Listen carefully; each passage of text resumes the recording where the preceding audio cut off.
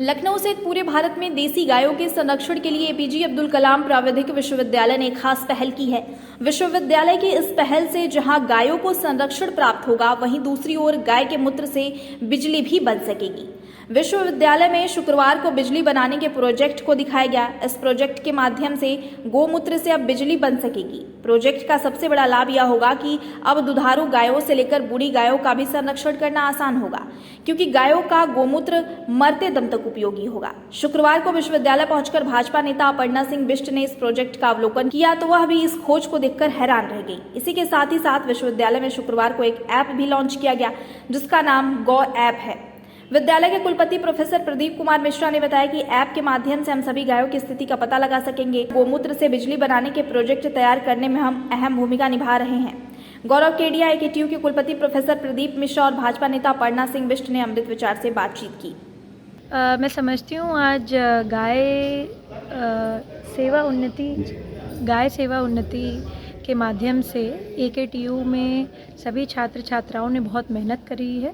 Professor Mishra ji को बहुत बधाई देना चाहती हूँ कि एक यूनिक एक्सपेरिमेंट उन्होंने शुरू किया है। गौरव केडिया जी को इसके लिए बधाई देना चाहती हूँ। और मैं समझती हूँ कि हाइड्रोजन के उत्पाद के लिए जिस प्रकार का एक छोटा सा लैब एक्सपेरिमेंट मैंने अभी देखा, वो काफ़ी इनोवेटिव है। और मैं समझती हूँ कि इसके लिए पायलट प्रोजेक्ट को लागू करने के लिए अगर सबसे पहले कहीं भी ज़रूरत होगी तो मैं अपनी गौशाला को वॉलंटियर करूँगी कि वहाँ पर आएँ सभी छात्र छात्राएँ और ये जो है एक्सपेरिमेंट करें, जिससे हमारे देश में बिजली के उत्पादन के लिए हाइड्रोजन गौमूत्र और पानी से बन सके। आज हमारे यहाँ गौ ऐप का लॉन्च हुआ है। गौ मतलब गौ आधारित उन्नति। तो आप जानते ही हैं कि भारतीय संस्कृति में गाय की क्या महत्ता थी, लेकिन विगत दिनों हमने देखा है उनकी कितनी दुर्दशा हुई है। तो हमें फिर से वैज्ञानिकों को, पढ़े लिखे लोगों को भी आना होगा कैसे इनकी गायों को दशा को सुधारा जाए, क्योंकि उनकी दशा सुधरेगी तो हमारी सभ्यता सुधरेगी, हमारा स्वास्थ्य सुधरेगी, हमारी संस्कृति सुधरेगी।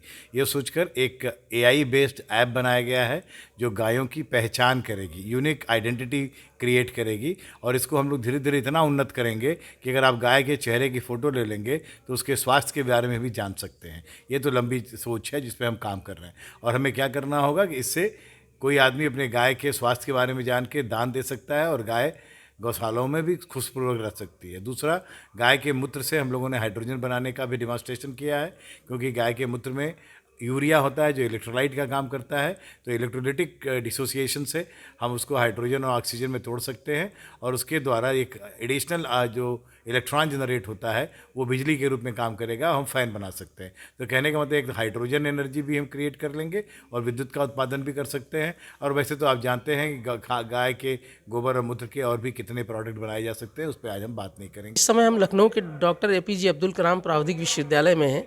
इस समय हम डॉक्टर रोहित श्रीवास्तव जी से बात करेंगे। इन्होंने गौमूत्र से एक ऊर्जा का उपकरण तैयार किया है। इसका आज उद्घाटन भी हुआ है और उनसे विस्तार से समझेंगे कि कैसे इन्होंने तैयार किया है जो एक ऊर्जा जनरेट करता है। बताएं जी। एक्चुअली में ये एक फ्यूल सेल है, हाइड्रोजन फ्यूल सेल है। तो हमारा यहाँ पे क्या कोशिश थी कि जैसे पानी से इलेक्ट्रोलिसिस होता है, हाइड्रोजन बनती है, हमारी कोशिश थी कि काऊ यूरिन से, गौमूत्र से भी हम लोग हाइड्रोजन बना सकें, जिसका कि फिर फ्यूल सेल के ही थ्रू इस्तेमाल करके हम लोग वापस ऊर्जा बना सकते हैं। तो ये था, इसके लिए हम लोगों ने ये लैब प्रोजेक्ट अपना किया था जो कि सक्सेसफुल रहा है। हमने इसके अंदर गौमूत्र का अर्क लिया है, ये गौमूत्र का अर्क लिया है हमने इसे, गौमूत्र का अर्क जो कि डिस्टिल्ड काऊ यूरिन होती है, और उसे डाइल्यूट करके हमने जब फीड किया तो उससे हमारा हाइड्रोजन और ऑक्सीजन बनती है, और भी गैसेस बनती हैं। और ये जो हाइड्रोजन होती है, जब उसी को हम इसी फ्यूल सेल के अंदर दोबारा कोई पावर सिंक लगाते हैं जहाँ पे कि इलेक्ट्रॉन्स का फ्लो हो सके, तो वो एनर्जी बन के बाहर आता है। जैसे कि इसके अंदर हमारी बनी हुई है गैस हाइड्रोजन, और जब हम इसको कनेक्ट करते हैं तो उसी से हमारा ये इलेक्ट्रिसिटी जनरेट होने लगती है। तो ये एक छोटा सा पायलट प्लांट है हमारा जो कि गौमूत्र को ऊर्जा में कन्वर्ट करेगा। अभी इसको हम लोग को स्केल अप भी करना है।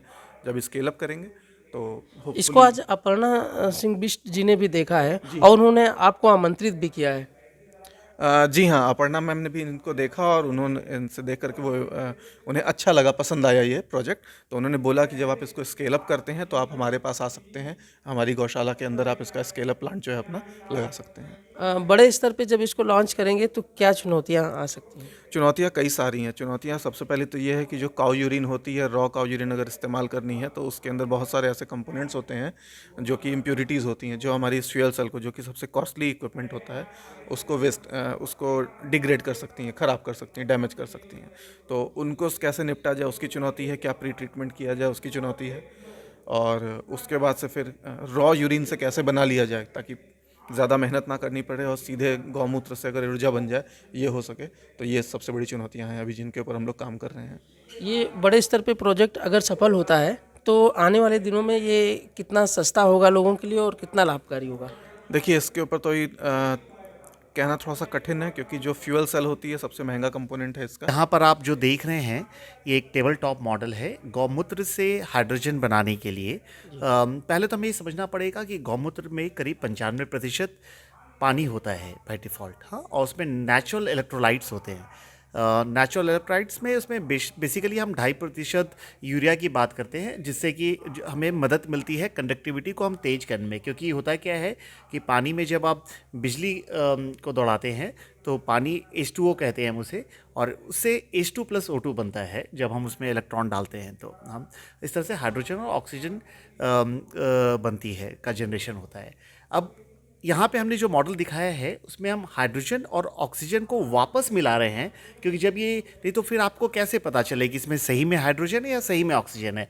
तो आम आदमी को इसको आम भाषा में बताने के लिए हमने क्या किया कि हाइड्रोजन ऑक्सीजन जब मिलती है तो H2+O2 फिर से H2O बनता है, लेकिन वो इलेक्ट्रॉन वापस कर देता है।